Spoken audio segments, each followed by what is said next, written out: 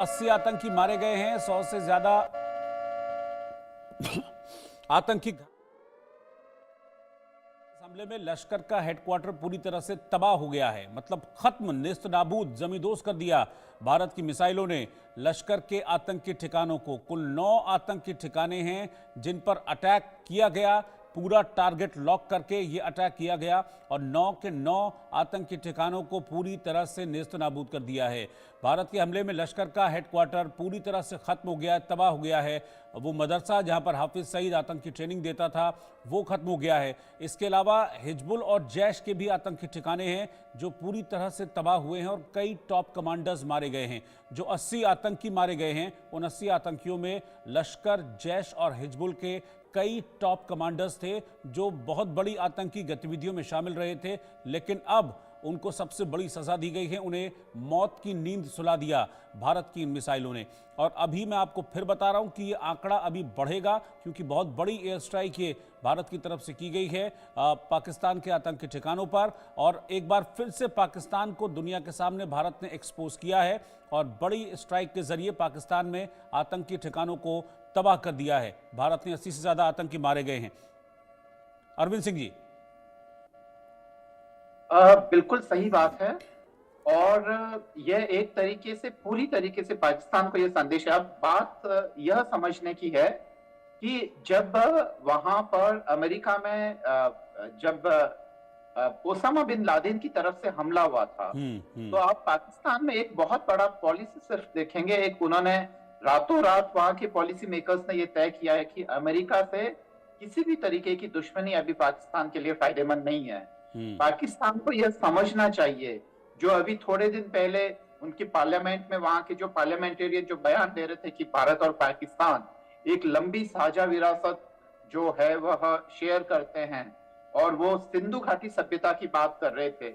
ये वो सिंधु घाटी सभ्यता जिसका उन्होंने कभी अपनी स्कूली किताबों में जिक्र नहीं किया, वहां पार्लियामेंट में उसका जिक्र कर रहे थे। तो अब उन्हें समझना चाहिए कि अगर ये वाकई ये मानते हैं, अगर वह इन सब चीजों को लेकर गंभीर है, तो उन्हें अपनी नीतियों में परिवर्तन करना चाहिए और वो प्रो एलिट नीतियां नहीं होनी चाहिए।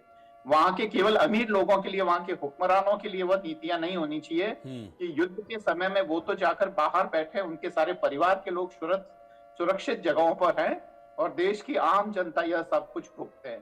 तो यह सब कुछ नहीं होना चाहिए। पाकिस्तान की पॉलिसी में एक बहुत बड़ा बदलाव की जरूरत है। ठीक वैसे ही जैसा कि मुझे लगता है कि जब ओसामा बिन लादेन ने ट्विन टावर्स पे और बाकी जगहों पे जब अटैक करवाया था अमेरिका पे और अमेरिका में धमकी दी थी, अगर पाकिस्तान वही समझदारी अब दिखाता है तो मुझे लगता है कि आगे आने वाला भविष्य दक्षिण एशिया के लिए एक सुनहरा भविष्य हो सकता है। रोहित साहब, मेजर शाह, ये भारत का एक्शन ये भी अब बिल्कुल स्पष्ट कर देता है। ठीक है, एक ब्रेकिंग न्यूज आ रही है, फिर मैं आपके पास आता हूं। इस वक्त की एक और बड़ी खबर सामने आ रही है। भारत ने पाकिस्तान के फाइटर प्लेन को मार गिराया है। एक और बड़ी खबर, आकाश मिसाइल से भारत ने पाकिस्तान का ये फाइटर प्लेन है जिसको नेस्त नाबूद कर दिया है। JF-17 फाइटर प्लेन पाकिस्तान का भारत ने मार गिराया है। आकाश मिसाइल से भारत ने पाकिस्तान के इस फाइटर जेट को गिरा दिया है। तो पाकिस्तान का और नुकसान भारत की तरफ से, इसको समझ लेना चाहिए पाकिस्तान को कि अगर वो रिटेलिएट करने की कोशिश करेगा तो फिर वही अंजाम होगा अब इस रिटेलिएशन का जो पाकिस्तान में मौजूद आतंक के अड्डों का हुआ है। आकाश मिसाइल से JF-17 फाइटर प्लेन पाकिस्तान का भारत ने मार गिराया है। यानी कि इसको समझिए कि पाकिस्तान रिटेलिएशन की कोशिश कर रहा है, लेकिन इस रिटेलिएशन का जवाब उसको वैसे ही मिलेगा जैसे आतंक के इन अड्डों को तबाह करके भारत ने दिया है। जैसे आतंक के अड्डे नेस्तनाबूद हुए हैं, पाकिस्तान के हर रिटेलिएशन को, हर भारत की तरफ उठते हुए कदम को वहीं रोक दिया जाएगा, वहीं काट दिया जाएगा। ये भारत की तरफ से जवाब दिया जा रहा है। मेजर मोहम्मद अली शाह, रिटेलिएशन की कोशिश कर रहा है पाकिस्तान, लेकिन रिपोर्ट्स ये कहती हैं कि पाकिस्तान अगर डायरेक्टली युद्ध में इन्वॉल्व होता है तो 4 दिन से ज्यादा का खाद्य पानी उसके पास है नहीं, फिर घुटनों पे आ जाएगा। अभी भी है वैसे? बिल्कुल, आपने रोहित भाई आपने बिल्कुल सही कहा। ऑलरेडी अभी भी है वैसे वो घुटनों पे, और वो रेंगता हुआ आएगा बिल्कुल। और देखिए, अगर उनमें हल्की सी भी अकल होती और अपने अपने नागरिकों को वो असली में वो बचाना चाहते, उनके पास चारा क्या है?